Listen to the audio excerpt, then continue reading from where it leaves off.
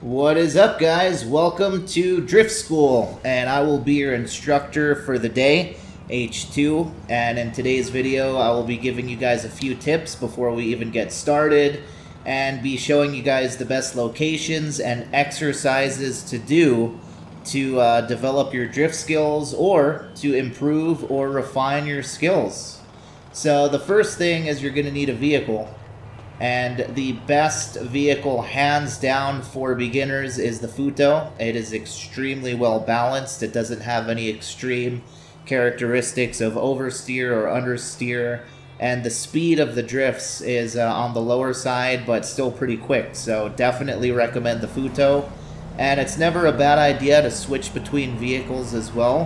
When I was first starting out, I switched between the Futo, and I also recommend the Vulcar a lot. So both great vehicles to start in. Now let's get straight to it. When you do get your vehicle, the things that you're going to want to be very aware of for drifting is, first, no armor. The armor does change the handling characteristics of the vehicle, so leave the armor off. The second thing is the spoiler will actually add traction. You can see when you select a spoiler, the traction bar, little blue speck, increases the traction. So you want to stay away from that. The less traction, the better. And the last thing, which is the most important, is no bulletproof tires. If you put bulletproof tires on the vehicle, you cannot stance it, which is when you lower the suspension and it changes the drifting of the car. So no matter what you do, do not put on bulletproof tires. And as for this video, for everything I'm going to be showing you guys, I am leaving the Futo as is. We are not going to be stancing it. It's not necessary. It is preference. And that leads us to our first tip. Everything we'll be doing today will be at the airport. And I have my nightclub here. I have 3 garages, so one of them I use for my drift cars. But there is a garage for sale here right next to it. I used to actually own this, and it's very affordable. It is $112,000. You got a great view of the bridge right behind it, and it's not necessary, but it's definitely a plus. It's nice to have a garage where you can, if you damage your vehicle, you can drive in and drive out to repair it. And also, when you build up a little collection of drift cars, you can switch between them. So that is the first tip. The second tip is that when you drive to the gates to enter the airport, we'll be entering the airport right now, they will not open the gate for you, so you would have to jump over. There's a little jump right in front of the gate. But if you call Pegasus, and if you call a helicopter, I'm sure all of you guys have some kind of a helicopter. Hello, you're through to Pegasus Whether it's a Lifestyle Management. Buzzard or How can I help? a Swift. Your beautiful new aircraft is waiting at our nearest airfield. We hope you're very happy, sir. So once you call a Pegasus helicopter, when you drive up, instead of being locked out and having to use this jump here to go over the gate, you have got VIP access, which is the way I prefer it. So those are the 2 tips, and now we're gonna get straight to drifting. And what a beautiful day it is, beautiful morning for some drifting. So this is the first piece of equipment, the first obstacle, the poles, which will be our best friend to start out with learning. And the first thing you need to know before you do anything is how to keep the car in a drift state. And what I mean by that is loss of traction. So before you even start any maneuvers, you want to be able to have these black tire marks laid down constantly no matter what you're doing. That is when it is in its drift state, which is a loss of traction. The wheels are spinning. So before you even start doing anything, you want to make sure that you can hold this for quite some time. Get comfortable with that. And the way to do this is by just tapping the handbrake. So if you see the backfire on the exhaust, the flames coming out, pretty much every time you see that flame, that is me tapping the handbrake to keep the RPMs right before it shifts out of first gear. And this first exercise, the first few exercises, we will not be even going out of first gear. These will be low speed drift exercises before we go to the more advanced high speed. So you can go around this whole thing as a whole. Just get comfortable to where it's always a black rubber behind you. And once you get used to that, you're going to want to perfect your donuts and just practice going around one of these. And what this is going to teach you is counter steer, because if your counter steer is not at a high level, you will crash into those guardrails. And also the control of the angle that the car is on. So what you want to do is keep doing this until you can make pretty much perfect circles.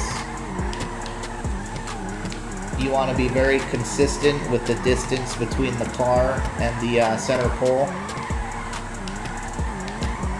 And this is the first skill that you have to master before you move on to transitioning or anything else. So once you get used to this, we're going to do our figure eights, which is moving between the two.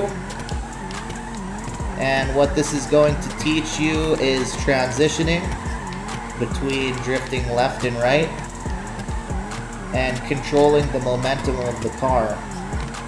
So when we change the direction of the drift, we don't want to spin out, we don't want to go too wide, we don't want to get too far away from the poles. So this is going to teach you angles and transitioning.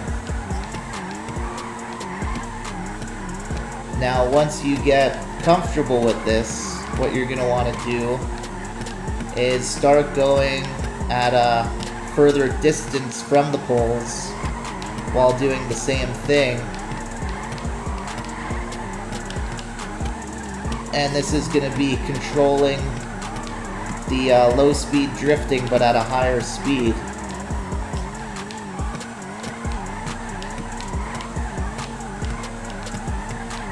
So this is the more advanced, higher speed control from the low speed first gear drifting. And you can see how you can really get some more distance. The speed starts picking up, but the whole time you are in your drift state where you're laying down the rubber, the black tire marks behind the car, and you are controlling it to where you want it to go at what angles.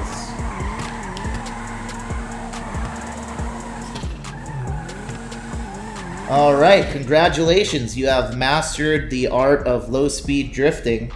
Now to take it into more of a real world scenario, we're going to hit these concrete posts. This is the most advanced training for the first gear lower speed drifting.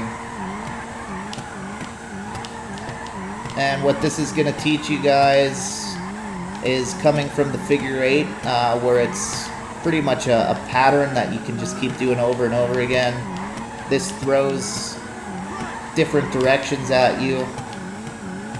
It's gonna really bury this in your subconscious. It's gonna really teach you to be adaptive and how to change your angle and change your course of direction on the fly, which is gonna come in handy for when you're drifting in the city, because then you gotta deal with traffic, you gotta deal with cars. That's why in the airport, for beginning, it takes out a lot of the frustration that you would get in the city.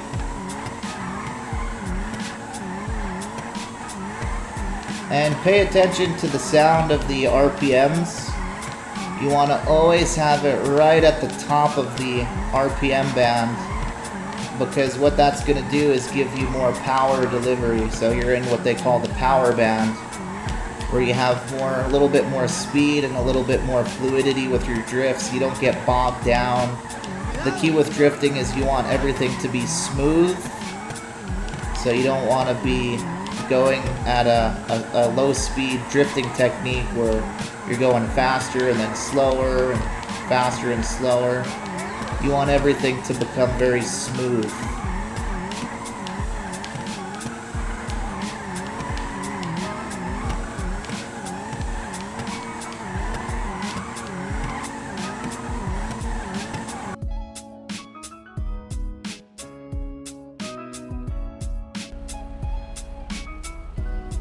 Welcome back everyone to day 2 of Drift School.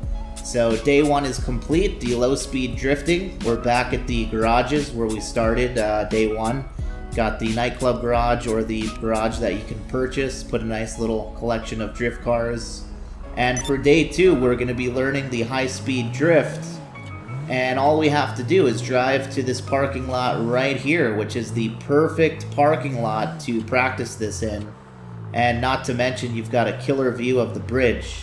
If you come here and if there's a ton of cars, if there's a bunch of cars parked all over, you can drive back in the garage if you own one of those and come out and it'll respawn.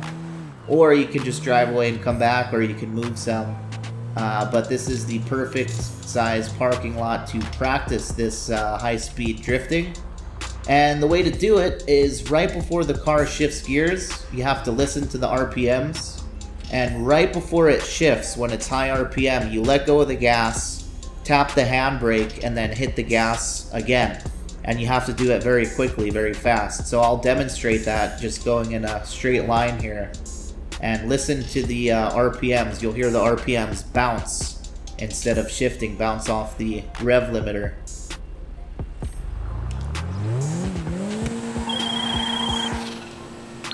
Alright, get that idiot off the phone, and I'll demonstrate it one more time. Again, listen for the RPMs.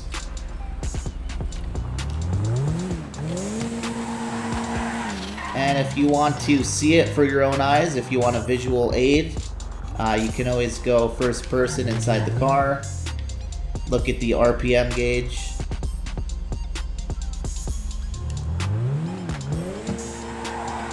And you'll see that bounce. We'll do it one more time.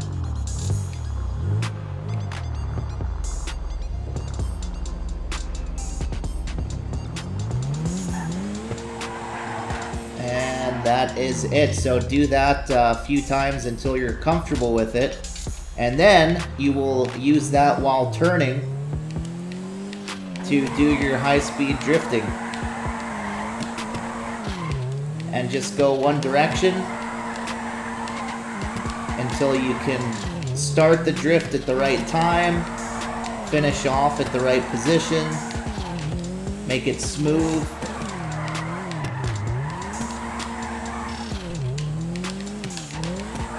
And you'll have to tap the handbrake too once you initiate it. You'll have to tap, tap, tap maybe 2, 3, 4 times just to keep it going, to finish it off, keep it smooth.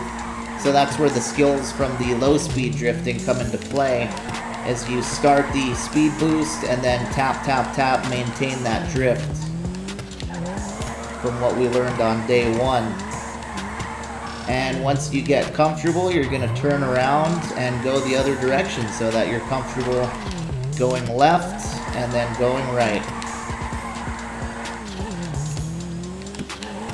And you want to practice your entry speeds. You don't want to be going too fast because you'll overshoot, you'll crash. You don't want to be going too slow. So this will teach you a lot in this parking lot about where to start the drift, how to finish it, how to come out, how to make it smooth.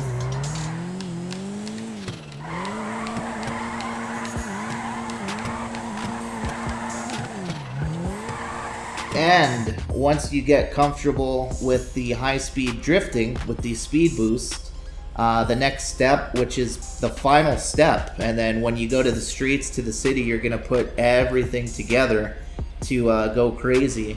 But the last step is transitions or linking drifts. So this parking lot, again, is the perfect place to practice that final skill. And what you're going to do is when you come out of the drift, you're going to drift in the middle before you hit the next turn. So that when we overshot, gonna drift out and hit that turn right about there.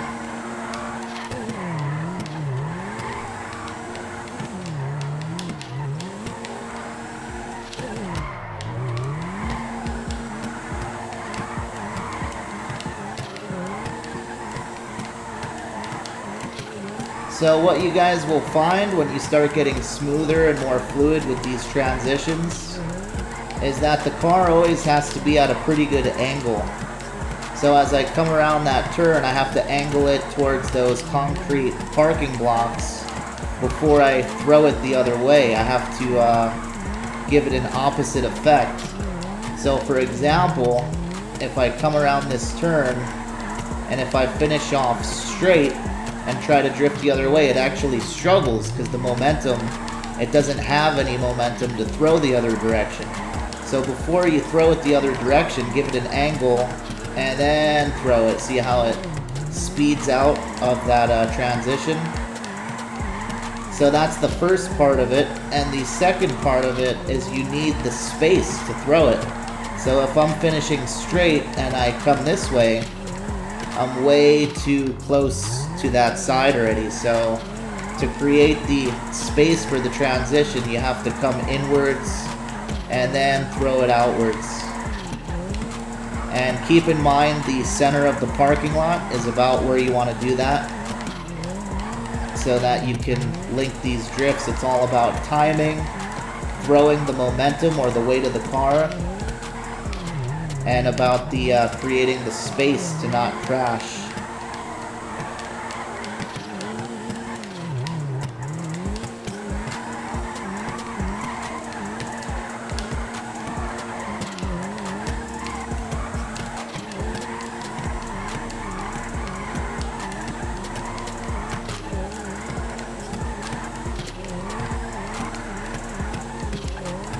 And you're putting a lot of the skills into play that you learned on the day one, the first gear low speed drifting. Because all in between here, when you're doing the speed boost, you're maintaining that with the handbrake as well. So that's how it all comes together.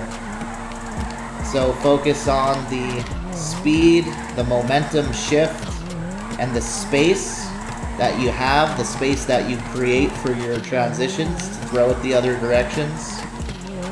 And also pay attention to where you want to transfer, where you want the car to go to. How do you want to finish the drift? How do you want to start the drift? And how do you want to link them?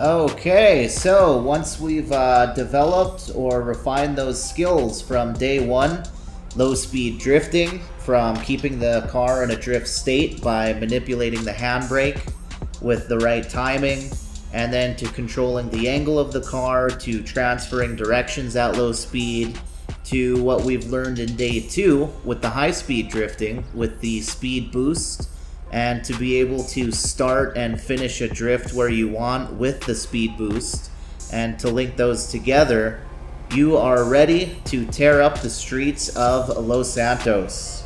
So I will leave you guys with 3 final tips before we end the video. Tip number 1 is practice, practice, practice. You've got to put in the time to get the results. So make sure to use those locations and those drift exercises to sharpen your skills, and most importantly is to have fun. Put in the time, but don't burn yourself out. So take some breaks, do some drifting, do something else, come back to it. So for tip number 2, we're gonna pull out of here, go to the streets, And tip number 2 is always, this will help you not only for drifting but for racing or any performance driving, is to always look farther ahead than you would think or than you're used to. Sometimes you have to reprogram your mind to always look as far as you can see, as far down there. So that way you can plan your next moves and you won't be surprised or thrown off by traffic.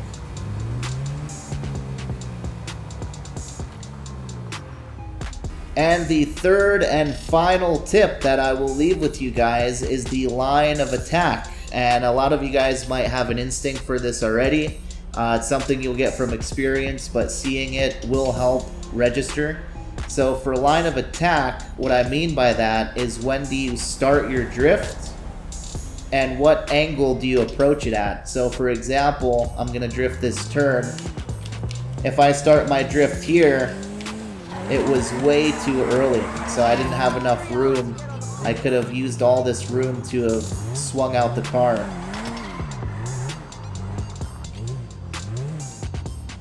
And I'll show you guys the opposite example. If you come in too late, oh, you are in oncoming traffic's lane unless you know for a fact that it's clear. So you don't want to start the drift too late and overshoot it. So, for the perfect line of attack, you want to enter at a good angle and start the drift at the right time.